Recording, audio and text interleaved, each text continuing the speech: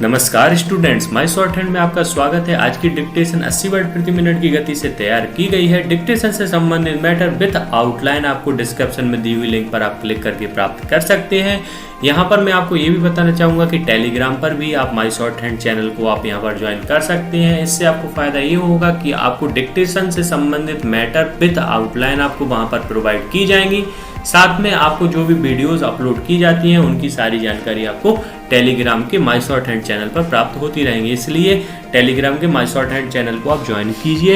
यदि आपने YouTube channel को मेरे अभी तक सब्सक्राइब नहीं किया हुआ है तो देर ना कीजिए, इसको सब्सक्राइब कीजिए ताकि आपको भविष्य में भी ऐसी ही डिक्टेशन विद मैटर और आउटलाइन आपको प्राप्त होती रहे। डिक्टेशन प्रारंभ होने में अंतिम 5 सेकेंड, अंतिम 4, 3, 2, 1। सभापति महोदय, वित्त मंत्री जी ने सदन के सामने जो वित्त विधेयक प्रस्तुत किया है, मैं उसका समर्थन करता हूँ। इस बजट का समर्थन केवल मैं ही नहीं बल्कि सारा देश करता है और मैं समझता हूँ कि हमारे विरोधी पक्ष के माननीय सदस्य भी अपने दिल से इस वित्त विधेयक का समर्थन करते हैं। पहली बार इस सदन में इस प्रकार का बजट प्रस्तुत किया गया है। हमारे राष्ट्र के प्रधानमंत्री और देश के नौजवान नेता ने हमें नारा दिया है कि हम आने वाले समय में अगली पंचवर्षीय योजना में उत्पादन और रोजगार को अधिक महत्व दें। इसी सिद्धांत को लेकर माननीय वित्त मंत्री जी ने उत्पादन को बढ़ाने के साथ साथ हमारे देश से बेरोजगारी को समाप्त करने के लिए साहसिक कदम उठाए हैं। मैं उनके इन प्रयत्नों की भी सराहना करता हूँ।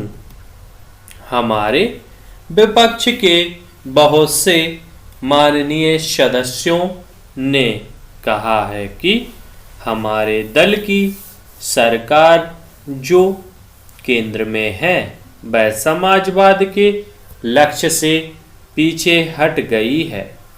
मैं उनको बताना चाहता हूँ कि यह उनका भ्रम है। इस बजट में जिस तरह से विभिन्न क्षेत्रों में प्रावधान किए गए हैं वे संकेत करते हैं कि वे केवल करोड़पतियों के लिए ही नहीं हैं बल्कि हमारे देश के जनसाधारण लोगों की आवश्यकताओं की भी पूर्ति करते हैं। मैं विपक्ष के माननीय सदस्यों को बताना चाहता हूं कि पिछले बजट में जो घाटा था और जिन परिस्थितियों में वित्त मंत्री जी ने यह बजट पेश किया था उसको भी समझ लेने की आवश्यकता है।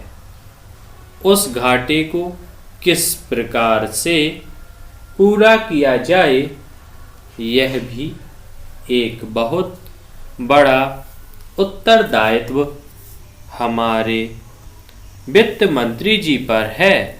इस बजट में जिस तरह से वित्त मंत्री जी ने बड़े साहसपूर्ण ढंग से इस घाटे को कम किया है उसके लिए मैं वित्त मंत्री जी को धन्यवाद देना चाहता हूँ।